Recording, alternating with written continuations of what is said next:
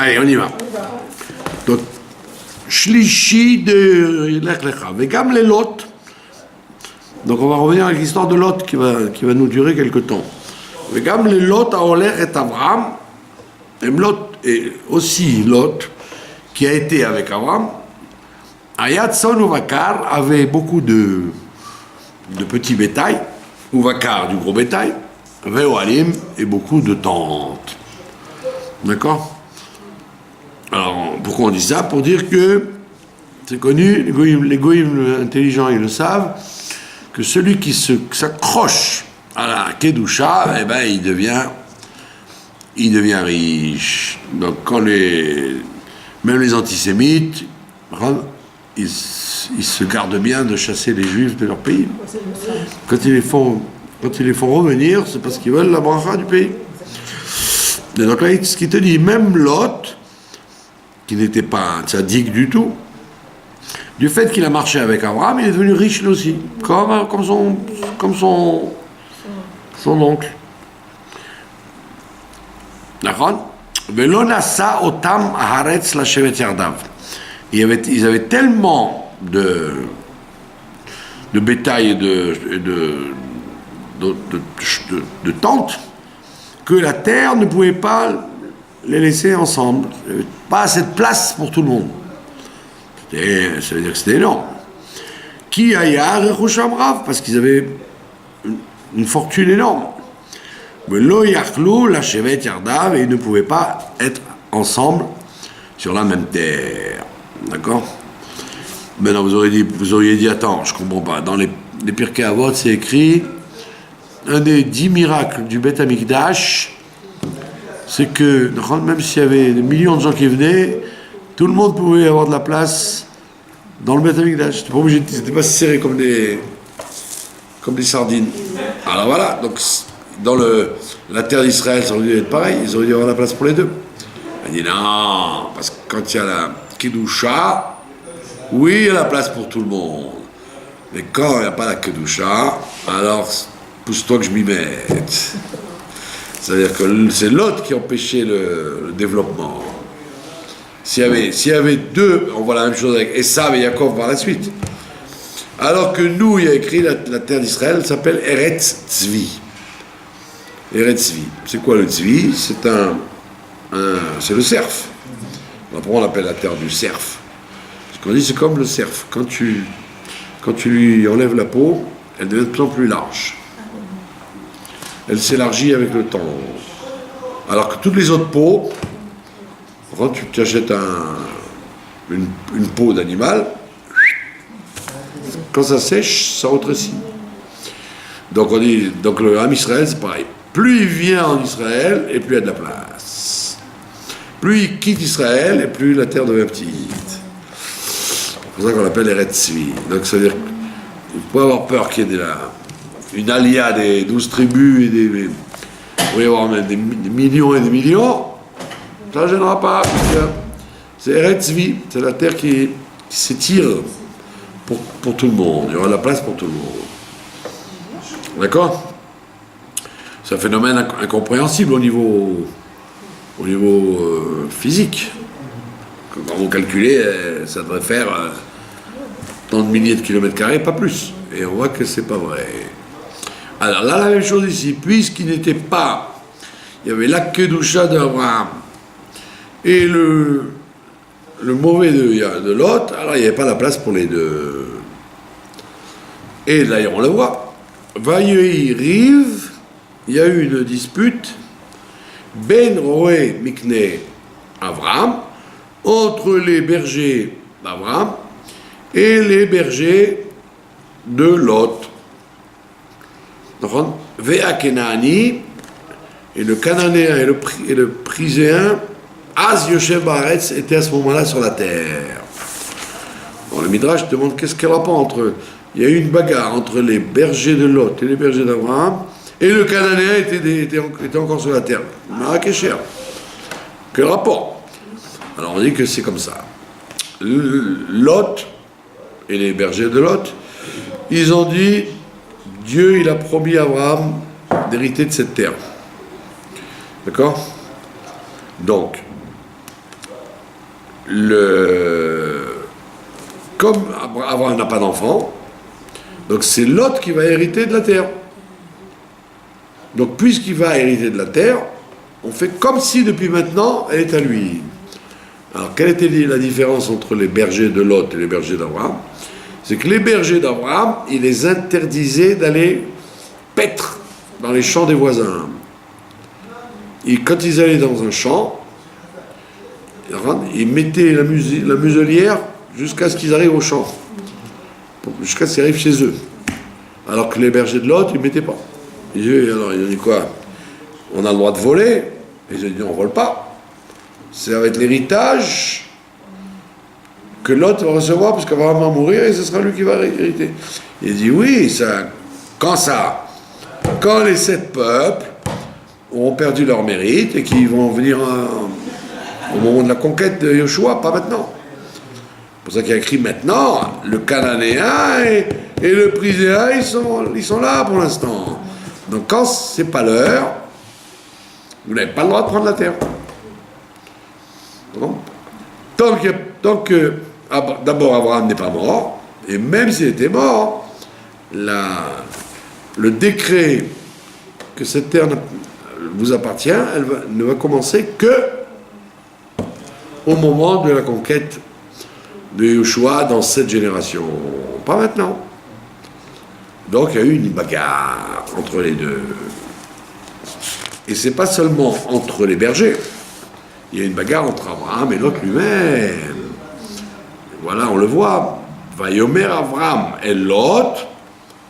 Abraham, il a dit à Lot, Al-na tehi meriva, s'il te plaît, il ne faut pas qu'il y ait de dispute. Rive et meriva, c'est la même chose.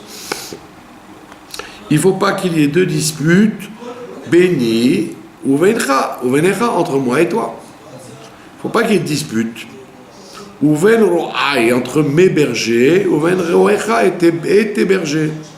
Pourquoi? Qui anashim achim anachnu, parce que nous sommes des frères. Donc comme on est des frères, il ne faut pas qu'il y ait de dispute entre nous. Alors tu aurais dit, bon ben alors. Donc si tu dis, il ne faut pas qu'il y ait de dispute entre nous, alors fais la paix. Et qu'est-ce qu'il dit Abraham? Il ne fait pas la paix. Pas du tout, regardez ce qu'il lui dit. Il lui dit, Allo, kol haaretz lefanecha, tu vois, c'est bien vrai, allo, ça veut dire, voici que, n'est-il pas vrai, kol haaretz lefanecha, toute la terre elle est devant toi. Iparedna me alai, donc sépare-toi de moi. Donc il n'a pas fait comme on fait d'habitude, faire le shalom. Il a dit, si tu veux qu'il y ait le shalom, eh bien il faut que tu t'en ailles. C'est intéressant. Vous auriez pu dire, c'est pas le derrière de la Torah. Quand on dit de faire la paix avec quelqu'un, c'est de lui dire, viens, on reste ensemble et on se bagarre pas. Là, il dit, on reste pas ensemble. C'est comme ça qu'on se bagarre pas. Donc c'est pas du tout la théorie qu'on aurait obtenue entre un homme et une femme, entre deux associés ou deux amis, etc. Donc Abraham, il dit, excuse-moi, si tu veux pas qu'il y ait de bagarre, il faut qu'on se sépare. Il faut que tu rentres, sépare-toi de moi, s'il te plaît. Alors il lui dit une chose intéressante, il lui dit, im asmol ve'emina, si tu vas à gauche, ve'emina, moi j'irai à droite, emina c'est la shon yamin, ve'ema yamin, et si tu vas à droite, vasmila, moi j'irai à gauche. D'accord? Alors, finalement, cette histoire-là, elle est très bizarre. Très bizarre. Pourquoi parler droite et gauche? Pourquoi on dit aller à droite, aller à gauche? D'accord? Alors, dans le pshat, ça veut dire que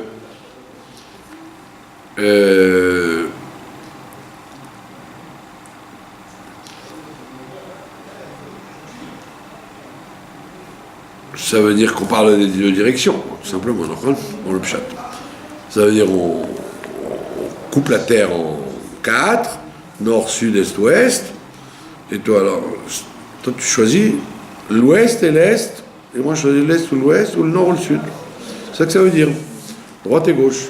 Ça, c'est le pshat. Maintenant, plus profondément, quand on réfléchit très bien, on se rend compte que le Mashiach va descendre de Lot. Il ne descend pas que d'Abraham. Le Mashiach, il va descendre par qui? Par la fille de Lot, qui va donner Ruth, et le descendant d'Abraham, qui va donner Boaz. Et Ruth et Boaz vont se marier, et c'est de là que va descendre David et le Mashiach, etc. Donc on voit bien que le Mashiach ne vient pas que d'Abraham, il vient de Lot. Et Lot n'a rien à voir avec Abraham. Ils ne sont pas ni du même père, ni de la même mère. Donc c'est deux branches. C'est deux branches différentes. Donc, Lot, il représente les forces du mal total. C'est pour ça qu'il va s'accrocher à la ville de Sodome, qui est le mal absolu, comme on va le voir. Donc Lot, en vérité, il n'a rien de bien. Donc jusqu'à maintenant, Abraham, il a dit, bon, on va récupérer. Et il voit maintenant qu'on ne peut pas récupérer. Donc quand tu ne peux pas récupérer le bien qu'il y a dans une chose, tu dois te séparer. D'accord? Alors, ok, tu dois te séparer. Et pourquoi il a besoin de dire droite et gauche? Parce qu'en vérité, le Mashiach, c'est quoi? On le voit dans la Chassidoute 1 million de fois. C'est le mariage des contraires. C'est ce qui est. Tout ce qui est possible et impossible peuvent arriver ensemble. C'est pour ça qu'on n'arrive pas à comprendre. Comment il peut y avoir le troisième temple, comment il peut y avoir la vie éternelle, comment il peut y avoir quelqu'un qui aurait dû mourir et qui ne va pas mourir. Comment il peut y avoir le passé, le présent, le futur en même temps. Comment il peut y avoir le bien et le mal en même temps. Comment tout ça peut vivre en même temps. À cause d'Adam Arishon, c'est pas possible pour l'instant. Pour l'instant, ça marche comme Abraham, c'est-à-dire, il y a le bien et il y a le mal. Le bien, le blanc, le noir, Israël, Chutz La'aretz, tous les contraires, on ne peut pas les marier en même temps. La preuve, ça s'appelle Israël, là-bas ça s'appelle la Galoute. Le passé, c'est mort. Le futur, c'est pas encore maintenant. Quand Mashiach sera là, il y aura les trois en même temps. Le passé, le présent, le futur en même temps. Donc, toute la Chassidoute répète la même chose toujours. Chibur Afachim, ça s'appelle. La fusion des contraires. Être et ne pas être en même temps. Quand j'étais jeune, j'étudiais les évangiles. Et dans les évangiles, il y a un truc qui fait rigoler, mais en vérité qui n'est pas du tout rigolo. On te dit dans les évangiles que les apôtres, ils étaient avec Jésus, et Jésus leur a dit, allez voir dehors, et ils étaient dehors, et il était aussi. Donc il était dedans et dehors. Alors je rigolais, je dis qu'ils sont bêtes les chrétiens de croire dans des... Parce qu'en réalité, les chrétiens l'ont pris de chez nous. De chez nous, qu'en vérité, on peut être et ne pas être. Quand tu vas chez Rabbi Shimon, tu vas avoir un mort ou un vivant. Il est mort, et pourtant il est vivant. Il est vivant, et pourtant il est mort. Il faut savoir. Justement, il n'y a pas besoin de savoir. C'est le mariage des contraires. Mais quand Mashiach reviendra, ce ne sera pas que Rabbi Shimon, ce sera tout. C'est-à-dire vous pourrez être là et en même temps en France en même moment. Comment vous pouvez comprendre? On ne peut pas comprendre. Parce que maintenant on est dans le système d'Abraham, c'est-à-dire le bien et pas le mal, le blanc et pas le noir, la droite et pas la gauche. C'est pour ça qu'il lui dit, si tu vas à droite, j'irai à gauche, si tu vas à gauche, j'irai à droite. Ça veut dire que tous les deux, il faut qu'on soit là. Il faut qu'il y ait la droite et la gauche. Donc, il lui dit, si tu veux être à la droite, moi je serai à la gauche. Si tu veux être à la gauche, je serai à la droite. Ça veut dire, pour que le Mashiach vienne, il faut qu'il y ait le chibour de gauche et droite. Mais pour l'instant, moi je suis à droite et toi tu seras à gauche, et toi je serai à droite et moi je serai à gauche. Mais ça c'est que maintenant. Mais après, quand nos enfants vont se retrouver mariés, alors effectivement, ça préparera le terrain pour qu'un jour il y ait les contraires qui se marient. C'est pour ça qu'on n'arrive pas à comprendre. Parce que le Mashiach, c'est un truc qui dépasse l'entendement. Parce que nous, on vit dans un monde où, si c'est blanc, bah, c'est pas noir. S'il fait nuit, bah, il fait pas jour. Si c'est oui, bah, c'est pas non. Si c'est cachère, bah, c'est pas taref. Si c'est taref, bah, c'est pas cachère. Donc dans ce monde-là, tu es toujours obligé de choisir. De faire un tri en disant, ça c'est bien, ça c'est pas bien. Ça c'est bien, ça c'est pas bien. Ça c'est non, ça c'est oui. Toujours. Et tu peux pas faire les deux. Être et ne pas être, comme il dit Shakespeare. To be or not to be. Oui, alors ça peut arriver. C'est l'histoire des méchéristes. Que le rabbi peut être mort et en même temps vivant. Et il peut être vivant dans l'enterrement. Donc on croit que c'est une ridouche. C'est pas un ridouche, c'est le préambule à ce qui va se passer quand Mashiach va venir. Qui nous semble fou, quoi. Ça nous semble fou, et c'est ce qu'Abraham il lui dit. C'est vrai pour l'instant, attention. Tu peux pas être avec moi parce que les contraires peuvent pas se marier pour l'instant. Mais un jour il viendra, les contraires se marieront. C'est ce qu'il est en train de prophétiser. On va voir. D'accord? Et donc, vous voyez que c'est très profond cette histoire qu'il lui dit. Si tu vas à droite, je vais à gauche, tu vas à droite, je vais à gauche, je vais à droite. D'accord? C'est pour ça que le rabbi il explique que pour l'instant on allume la Hanoukia comme Beth Hillel, 1, 2, 3, 4, 5, 7, 8, et quand Mashiach viendra, on allumera 8, 7, 6, 5, 4, 3, 2, 1 comme Beth Shammai. Mais le rabbi il dit il y aura un temps plus fort que ça, on allumera d'après les deux.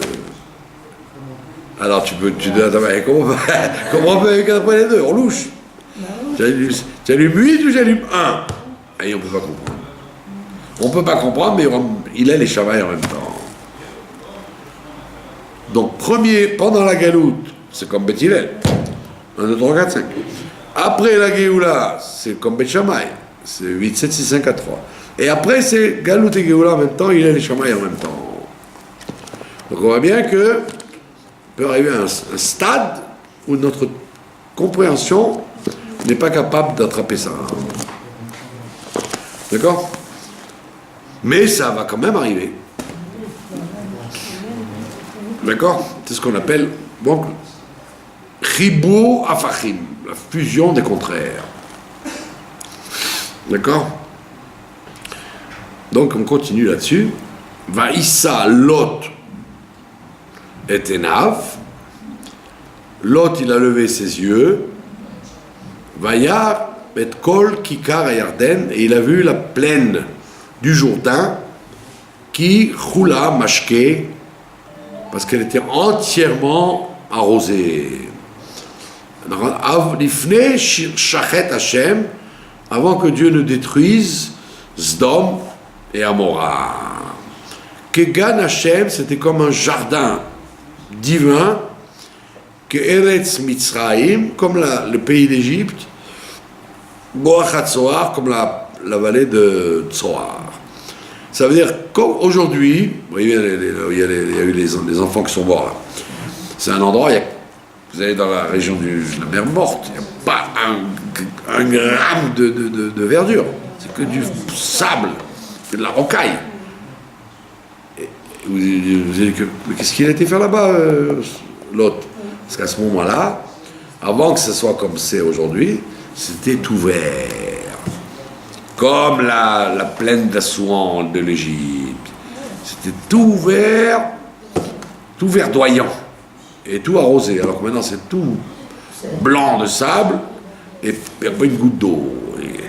Et quand il y a de l'eau, c'est des inondations, etc. C'est catastrophique, quoi. C'est une région terrible. Mais avant, c'était tout vert. Et lui, il a vu ça, il a dit waouh, c'est formidable là-bas, c'est mieux que partout. Donc je vais perdre mon temps avec Abraham, je vais là-bas. Mais ce qu'il n'a pas compris au début, c'est que qui c'est qui habitait là-bas? Les gens de Sdom. C'est-à-dire c'était le paradis sur terre. Et donc ils habitaient là-bas, les gens de Sdom. Ils ne cherchaient pas à habiter Tel Aviv et Yerushalayim. Ils cherchaient à habiter un endroit vert. Et il dit pourquoi? Parce que là-bas, c'était tous les symptômes des plaisirs du monde. C'était comme vous diriez Tahiti,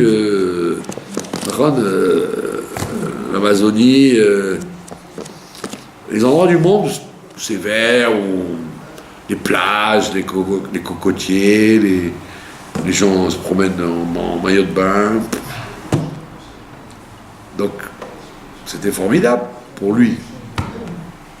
C'était un endroit très, très, très corrompu.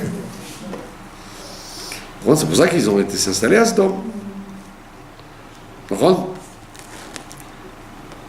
Et donc le Midrash nous dit que quand on dit il a levé les yeux, quand on lève les yeux, Vaïssa et Tenav, ça rappelle l'histoire de la femme de Poutifar. Elle a dit, elle a levé les yeux et elle a convoité Yosef. Donc tous les versets d'ici nous parlent de tous les plaisirs interdits des individus. C'est-à-dire les incestes, les nourritures interdites et les crimes et la vodazara. Tout ce qu'on n'a pas le droit de faire, l'endroit de Sdom donnait envie de le faire. Et c'est pour ça qu'il a été attiré par cette ambiance. Il n'a pas été attiré par la Kedusha de Bethel ou Yerushalayim ou tous les endroits où Abraham a traversé. Il est dans un endroit où il n'y avait que des plaisirs qui éloignent l'homme de Dieu. Donc on voyait qu'il était tordu. C'est ça qui lui a plu, quoi. Il n'a pas dit, moi je choisis Jérusalem, Bnei Brak, non. Il a dit, je vais à Casino, non. Et les discothèques, c'est rien du tout à côté de ce qu'il y avait là-bas. C'est des enfants de cœur, les discothèques, à côté de ça. D'accord? On te dit comme un jardin divin. Donc c'était comme le Gan Eden dans la Touma. Las Vegas. Nous, on n'arrive pas à comprendre, puisque maintenant, c'est tout le contraire. Maintenant, il n'y a que du sel et que du sable. Mais à l'époque, c'était tout vert. Et donc, il a choisi. Vaïfrar Lot. Lot a choisi pour lui et Kol Kika Yarden, toute la plaine du Jourdain. C'est ça qu'il a voulu. La plaine du Jourdain, jusqu'au sud, jusqu'à Eilat, c'était un endroit très vert. Vaïssa Lot, Mikedem, et donc Lot est parti vers l'est. Vaït Pardou, Ish Me'alachiv, et ils se sont séparés l'un et l'autre. Et quand le Midrash il dit pourquoi il va y Pardou, pourquoi il n'y a pas écrit il va y Badlou, ils se sont physiquement séparés. Pardou, c'est la chambre Pirout, vous savez, il y a eu une cassure entre eux. Il n'y a plus rien à voir entre Lot et ses amis et Abraham et ses amis. Et jusqu'à la fin des temps, et c'est pas que Lot va faire la paix avec Abraham et va revenir, pas du tout, ils ne se reverront plus jamais. C'est qu'il y a des moments, c'est le principe de la vie, des fois, il y a un moment où tu n'as plus rien à faire avec quelqu'un, tu peux rien faire, il faut casser la relation bichlal. Ça ne peut pas être comme les gens qui divorcent, mais ils continuent encore à être copains, ils se téléphonent, et ils mangent ensemble. Ah non, ou tu es marié, ou tu divorces. Et quand tu es marié, il faut être très très marié, et quand tu es divorcé, il faut être... On ne peut pas être en même temps, et on a dit, c'est impossible. Pour l'instant, de marier les contraires. Tu ne maries pas les contraires pour l'instant. Donc c'est ce qui s'est passé. Vous voyez, pardon, il y a eu un piroud, une séparation totale entre Abraham et Lot. ils n'ont pas les mêmes choix dans la vie. On voit des fois dans les amis, les amis, c'est comme ça, des fois ils sont amis, à la vie, à la mort, puis après ils font tchouva, ou ils changent de vie, ils se marient avec des femmes différentes, ils n'ont plus rien à voir les uns les autres, ils se séparent complètement. Ça arrive, on voit ça tous les jours. D'accord? Les gens qui sont très amis quand ils sont petits, et puis après quand ils grandissent, ils n'ont plus rien à voir. D'accord? Et donc ils se sont séparés, Ish et Anachiv, chacun de son frère. Bien qu'ils étaient frères dans le sens qu'ils sont parents et qui se ressemblaient comme deux gouttes d'eau, l'un et l'autre. Et le Midrash il dit qu'Abraham il avait très peur. Parce que quand on voyait ce que faisait Lot, les gens disaient mais c'est Abraham, c'est un hypocrite celui-là. Il prétend qu'il faut faire ça et ça et ça, il fait tout le contraire. Mais non, c'est pas Abraham, c'est son neveu. Non, on ne me raconte pas que son neveu, je l'ai vu. Parce qu'à cette époque-là, il n'y avait pas de la vieillesse. Donc ils avaient la même tête. Bien qu'Abraham était beaucoup plus vieux que lui, ils avaient la même tête. Donc les gens prenaient Lot pour Abraham. Mais Abraham, il a dit alors, allez, va dans ton coin, il ne faut pas qu'il y ait de confusion.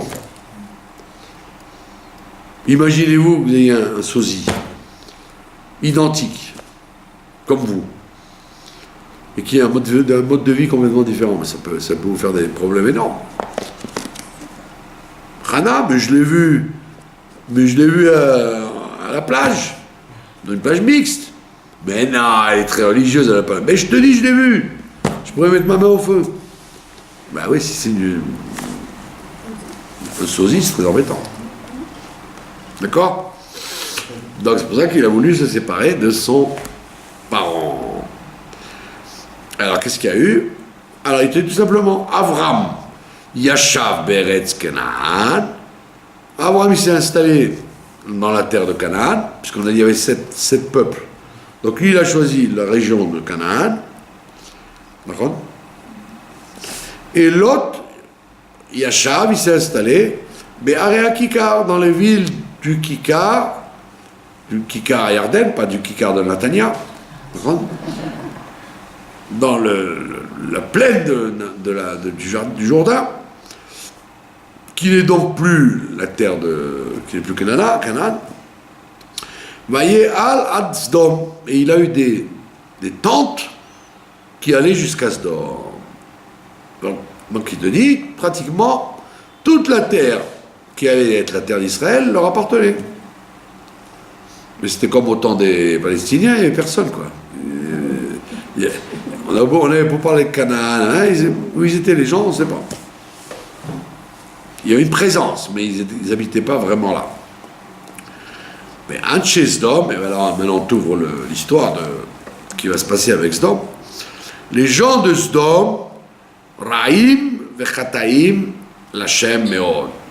Ils étaient méchants et fauteurs vis-à-vis de Dieu, Meod.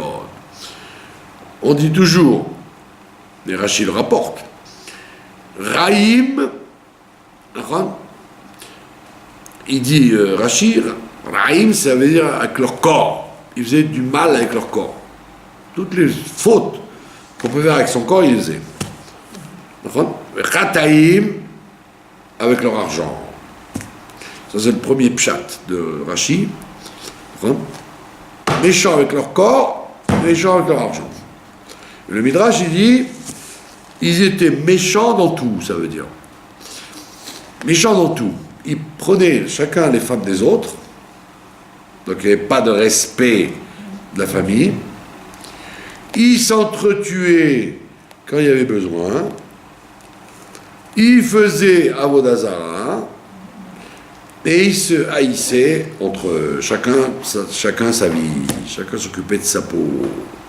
Donc ils étaient méchants vis-à-vis de Dieu et méchants vis-à-vis des hommes. Comme on dit chez nous, pourris dans la moelle. Ouais, parce qu'il y a des gens qui sont méchants vis-à-vis de Dieu. Ils ne font rien, ni Kippour, ni Shabbat, ni Kashrut, mais vis-à-vis des hommes, ils peuvent être gentils. font du chesed, ils font des bikucholim, ils respectent leurs parents, ils respectent leurs voisins, mais ne leur demandez pas de faire Torah et mitzvot verticales. Il y a des gens, c'est le contraire. Il y a des orthodoxes qui sont tout le contraire, ils s'occupent que de Shabbat, Kashrut, acheter un loulav à Sukkot, manger les matzot, kasher, mais vis-à-vis de leurs prochains, ils ne sont pas gentils du tout. Ils n'ont pas le sens de l'hospitalité, de la tzedaka, de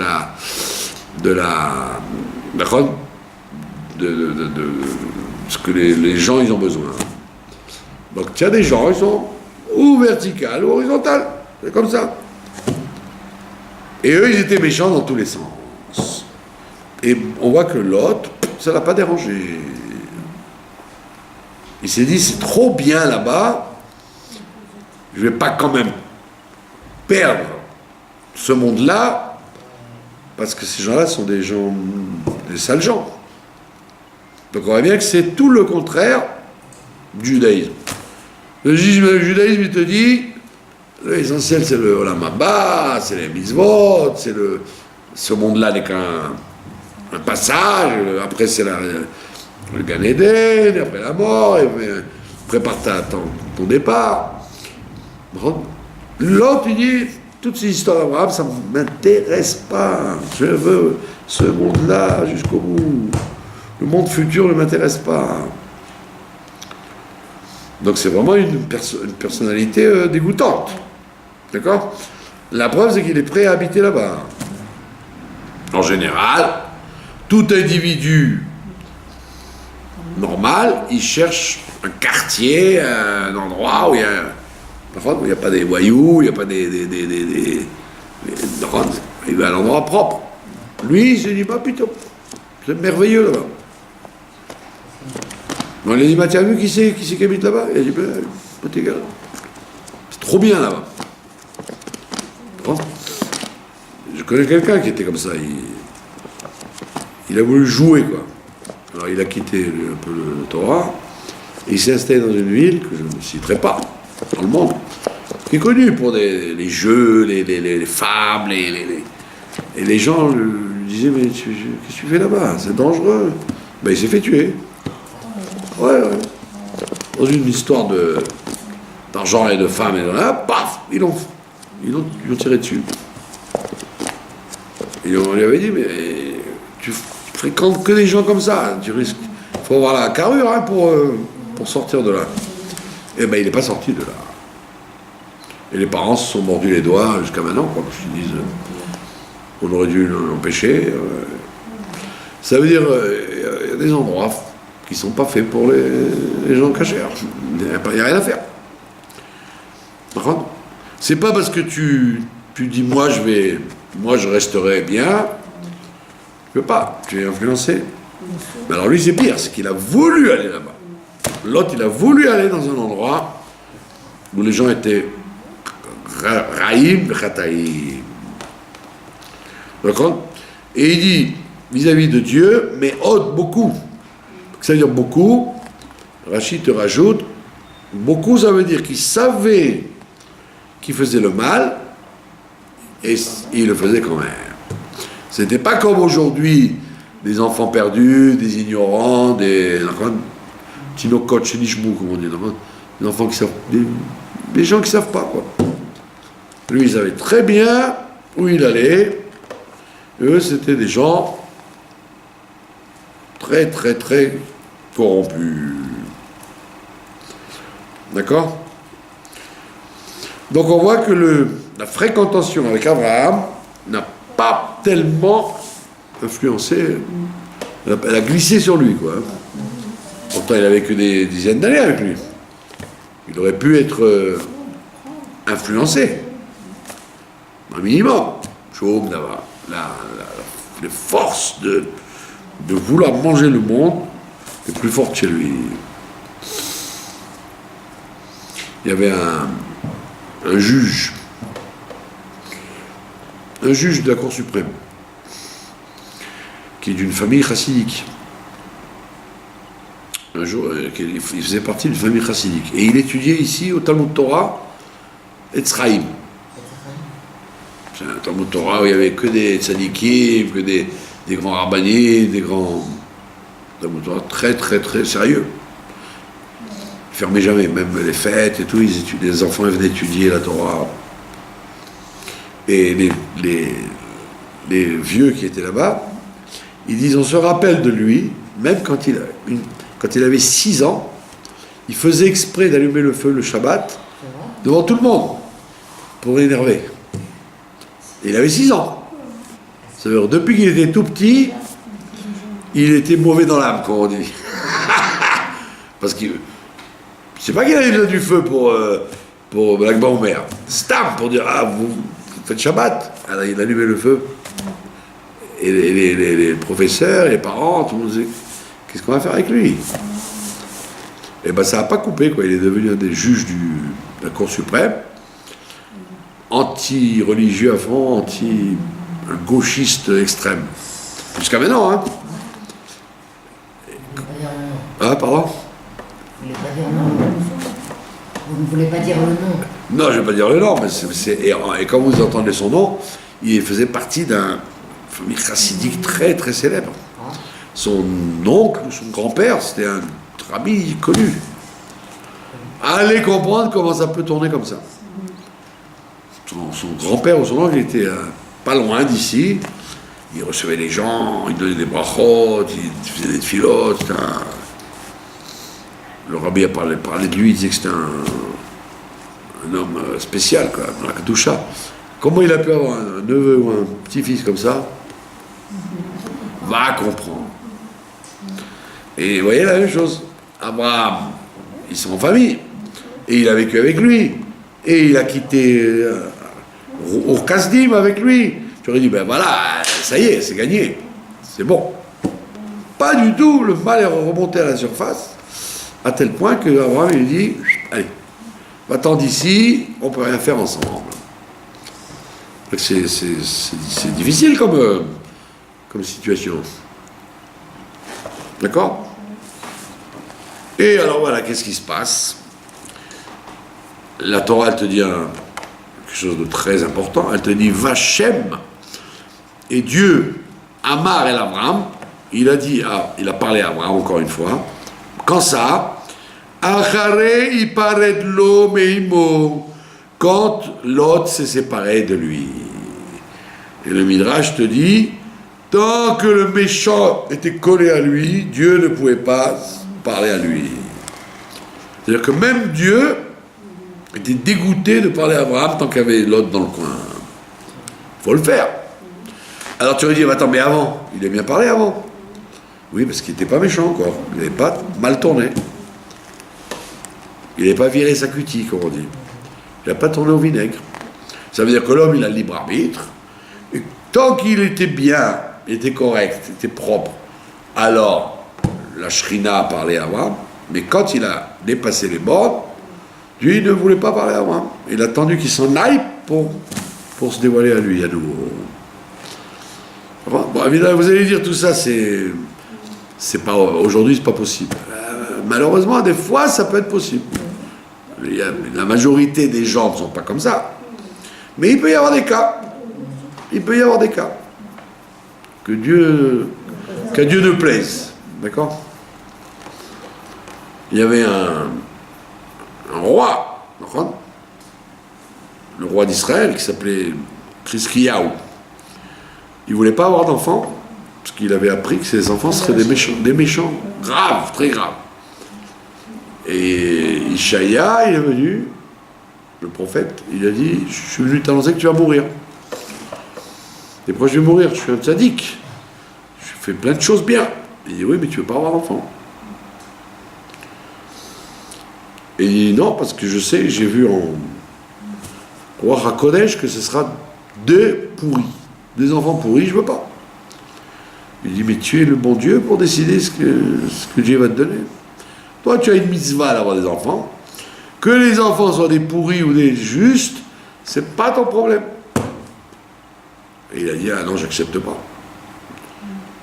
Alors il a dit, bah, alors tu vas mourir, puisque tu veux pas faire cette mitzvah, tu n'as plus rien à faire sur terre. Il a dit, bon, tu sais quoi? Oh, puisque tu dis qu'il ne faut pas calculer, je vais marier ma fille avec ton fils. On va marier nos enfants.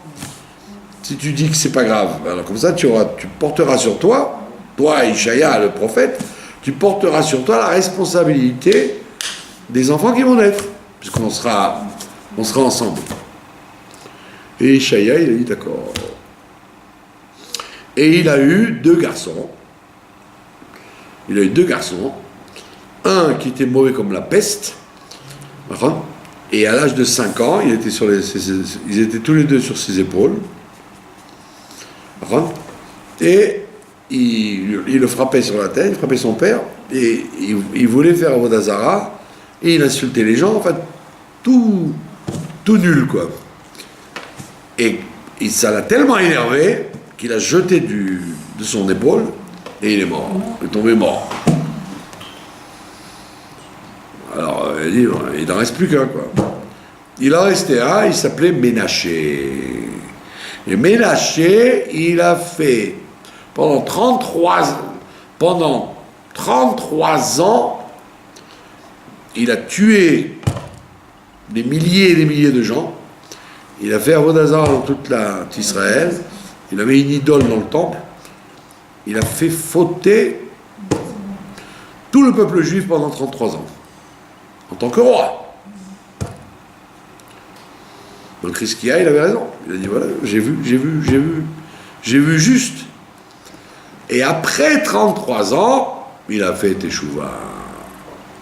Et il est resté encore 22 ans roi. Et là, il était bien. Mais il a fait des dégâts énormes. Mais malgré tout, Dieu lui a dit, c'est pas ton problème. Toi, tu dois avoir des enfants. Ce qu'ils vont devenir, ça ne te regarde pas. Donc de là, on voit, c'est dur à dire, que même le chinour, même les bonnes familles, même le bon environnement, des fois, ça joue pas sur l'enfant, quoi. Donc, des fois, vous avez des gens, comme voilà, ce juge, il avait toutes les cartes. Des gens, il fréquentait des gens bien, des élèves gentils. Il y avait une bonne ambiance. Il y avait des bons maîtres. Il y avait tous les gens qui étaient. C'était le Yishuv Yerushalmi. C'était pas le ghetto des méchants, les gens qui lancent des pierres, des fous. Non, c'était une très bonne ambiance. Même les Ben Gurion et compagnie, ils disaient bravo. Un type comme ça, j'aurais dit, à 5 ans, il est méchant déjà, à 5 ans, il allume du feu. Depuis 5 ans, il avait déjà signé comment il serait dans la vie, quoi. Donc ça veut dire qu'il y a des cas, c'est ce qui se passe avec l'autre. Vous avez beau lui injecter de la Kdusha et la prophétie, et il est le demi-frère de Sarah, c'est pas rien n'a donné que du mal. Et la preuve, c'est que dès qu'il peut aller fréquenter les gens qu'il veut, il va à Sdom. Ça fait peur, hein.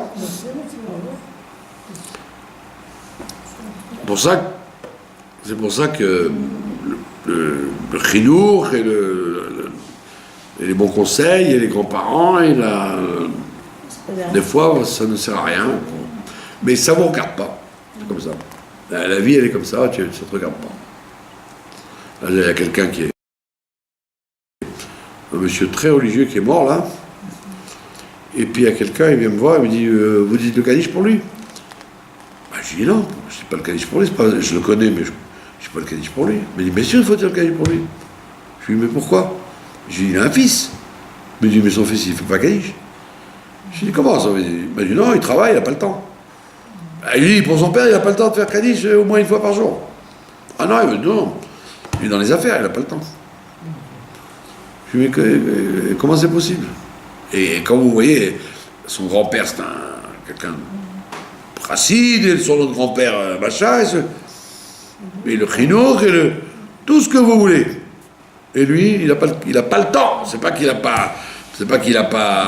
dans un endroit où il n'y a pas de choule. Il n'a pas le temps. Moi, je dis, moi, je veux bien faire le Kaddish, mais j'étais à 1000 kilomètres de me dire que son fils ne ferait même pas ça.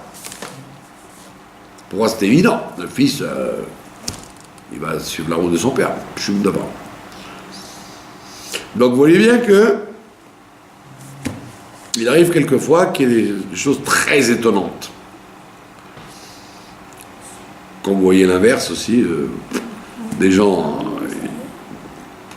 ni font la Torah, ni parlent de Torah, ni respectent les rabbins, et vous avez leurs enfants, on dirait des roses, ils sont plus forts dans tout, la cache-route, le machin. Allez comprendre comment ça marche. C'est très bizarre, très très mystérieux. Voilà, donc Monsieur Lot, une fois qu'il a quitté Abraham, Dieu apparaît à Abraham et il lui dit Sana enecha, lève tes yeux, Uree, regarde, Iminamakom asher ata sham, de l'endroit où tu te trouves, Tsafona vanegba, du nord au sud, va Kedma Yama, Kedma c'est à l'est, Yama ça vient du mot de la mer, à l'ouest. Quand vous êtes en Israël, la mer est à l'ouest. Donc il dit, regarde le nord, le sud, l'est et l'ouest. Et il lui dit, Ki et kol haaretz asher ata roeh, toute la terre que tu vois, lecha et nena, je te la donnerai à toi. Ou le zaracha, et à tes enfants, adolam pour toujours. Donc, pas comme il a cru Lot, que mon oncle n'aura jamais d'enfant, et donc c'est moi qui vais hériter de la terre. Il n'est pas du tout. Lot, il héritera de l'autre côté, de Moab, de l'autre côté du Jourdain, mais pas de ça. D'accord ? Et donc, Dieu, il promet à Abraham la terre qu'il lui montre maintenant. Jusque-là, il n'avait pas montré, non ? Parce qu'il dit Vlech, là-bas, Lech Lecha. Après, quand il est arrivé, il lui dit la terre que tu vois, nord, sud, ouest et est, je te la donnerai à toi, à tes enfants, éternellement. D'accord ? Vesamti ezaracha ka'afar haaretz, et je mettrai tes enfants comme la poussière de la terre. Donc vous aurez dit, Abraham, il aurait dit, il faut une sacrée émouna, hein, parce que ni lui ni sa femme ne pouvaient avoir d'enfants. Il dit non seulement tu auras des enfants, mais tes descendants seront aussi nombreux que la poussière de la terre. Asher im yuchal ish limnot, que si un homme pouvait compter les grains de poussière, et tafar haaretz, gam zaracha imane, mais tes enfants pourront les compter. Donc, comme on ne peut pas compter les grains de poussière, on ne pourra pas compter tes enfants.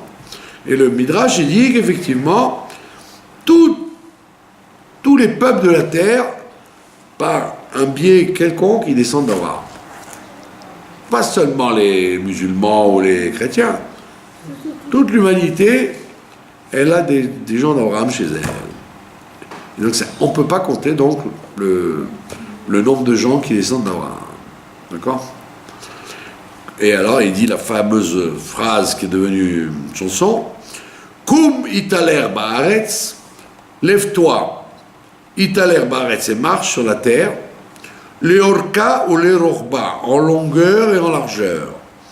Ki lecha et nena, parce que c'est à toi que je la donnerai. Pourquoi on dit ça ? Parce que pour acquérir, quand on veut acheter une terre, vous l'achetez une maison par exemple, ou un terrain, ou quelque chose qui est une terre, pour l'acheter, pour qu'il soit à vous, il y a l'argent bien sûr, qu'il faut donner, mais il y a aussi le fait de rentrer dedans. Si je vous donne la clé de l'appartement, je vous dis voilà, je vous donne la clé, si je vous donne la clé, ça veut dire que j'accepte qu'il soit à vous. Sinon je ne vous donnerai pas la clé. Donc sur un terrain, on fait ça. Quand tu marches sur le terrain, devant des témoins, les gens ils disent, bon, donc il a acheté. Maintenant il va donner l'argent, c'est autre chose. Mais acheter, ça peut s'acheter en marchant. Donc c'est ce que Dieu lui a dit de faire.